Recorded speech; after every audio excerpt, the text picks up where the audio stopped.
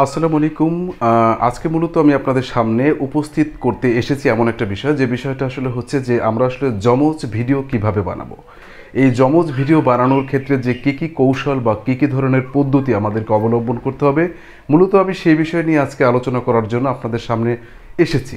তো এই যমজ ভিডিও আমরা অনেক সময় অনেক ধরনের যমজ ভিডিওর যমজ নাটক এ ধরনের বিষয়গুলো দেখি এবং আমরা অভিভূত হই যে আসলে এ ধরনের ভিডিওগুলো আসলে কীভাবে আসলে মেকআপ করে। তো এ ধরনের ভিডিও দেখে কিন্তু আসলে আমাদের ভিতরে একটা থ্রিল জাগে বা আমাদের ভিতরে একটা কিউরিওসিটি জাগে, আসলে এই ধরনের ভিডিও বানানো কি খুব কঠিন কোনো কিছু? তো বিষয়টা কিন্তু আসলে এরকম না, কারণ যমজ ভিডিও বানানো কোনো কঠিন কিছু না। কারণ যমজ ভিডিও বানানোর ক্ষেত্রে কিছু টেকনিক, কিছু পদ্ধতি অবলম্বন করলে আপনি কিন্তু খুব সহজেই যমজ ভিডিও বানাতে পারবেন। তো আমি আপনাদেরকে এই জিনিসটা দেখাচ্ছি যে আমার পাশে আপনারা দেখতে পাচ্ছেন যে ঠিক আমার হুবহু একজন ব্যক্তি, আমিই দাঁড়িয়ে আছি এবং সে আমার সাথে কথা বলবে এবং সে আমার কথাগুলো শুনবে।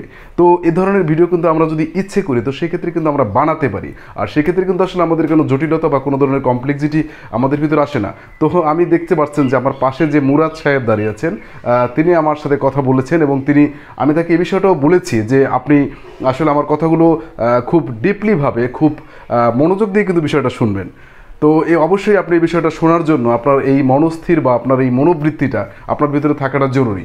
তো আমি আসলে কথা না পারি আপনাদেরকে দেখাচ্ছি যে কিভাবে আমরা আসলে এই ভিডিওটা মেকআপ করব। এবং আমার পাশের যে মুরাদ সাহেব, যে আমার আসলে কথাগুলো শুনছে, সে কিন্তু খুব ধীর স্থিরভাবে আমার কথাগুলো খুব মনোযোগের সহিত শ্রবণ করছে এবং সে মনোযোগের সহিত শ্রবণ করে সে কিন্তু আসলে আমার সাথে ব্যালেন্স করে, আপনারা এটা কিন্তু আসলে আপনাদের মানে চিন্তা করতেও খুব অসম্ভব একটা বিষয় দাঁড়াবে যে আসলে এই ধরনের ভিডিওগুলো আসলে মেকআপ করাটা কিভাবে করা যায়। তো এই ভিডিওটা কিন্তু মেকআপ করা অতীব সহজ, অতীব কঠিন কিছু না এবং অতীব সহজ একটা বিষয়। তো আমার পাশের যে মুরাদ সাহেব, তিনি সব বিষয়টাই দেখেছেন এবং তিনি সব বিষয়গুলো কিন্তু মনিটর করছেন। কি আপনি মনিটর করছেন না? হ্যাঁ। তো এভাবেই কিন্তু আসলে আমরা আমাদের ভিডিওগুলো মেকআপ করতে পারি এবং আমরা আমাদের যমজ ভিডিওগুলো মেকআপ করার যে পদ্ধতি সেটা কিন্তু অবলম্বন করতে পারি।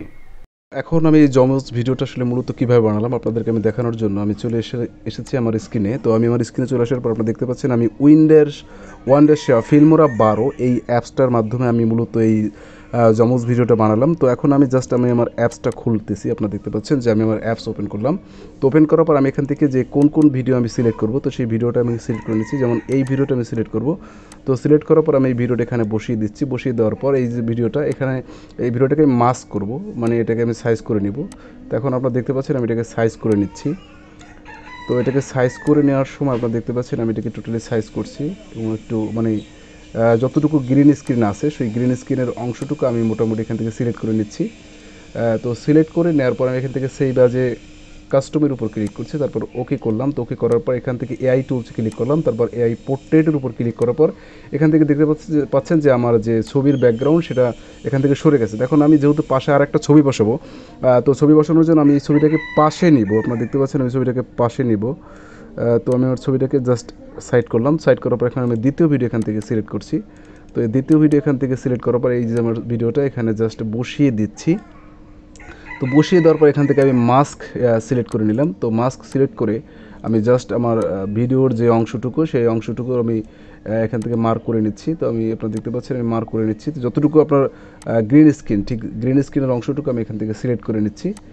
আপনারা দেখতে পাচ্ছেন। তো সিলেক্ট করে নেওয়ার পর এখানে আবারও সেভ এজ এ কাস্টমের উপর ক্লিক করে ওকে করে দিলাম।